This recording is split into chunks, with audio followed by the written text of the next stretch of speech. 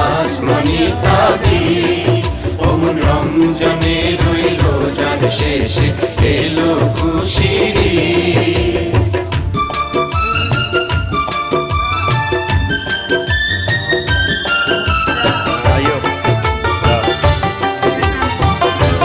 আমাদের মুন্না ভাই মাশাআল্লাহ সবাইকে বকশিশ দিতেছে।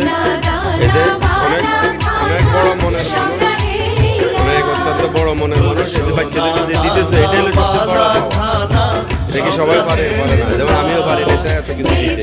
আলহামদুলিল্লাহ আমাদের মুন্না ভাই দিতেছে, আলহামদুলিল্লাহ।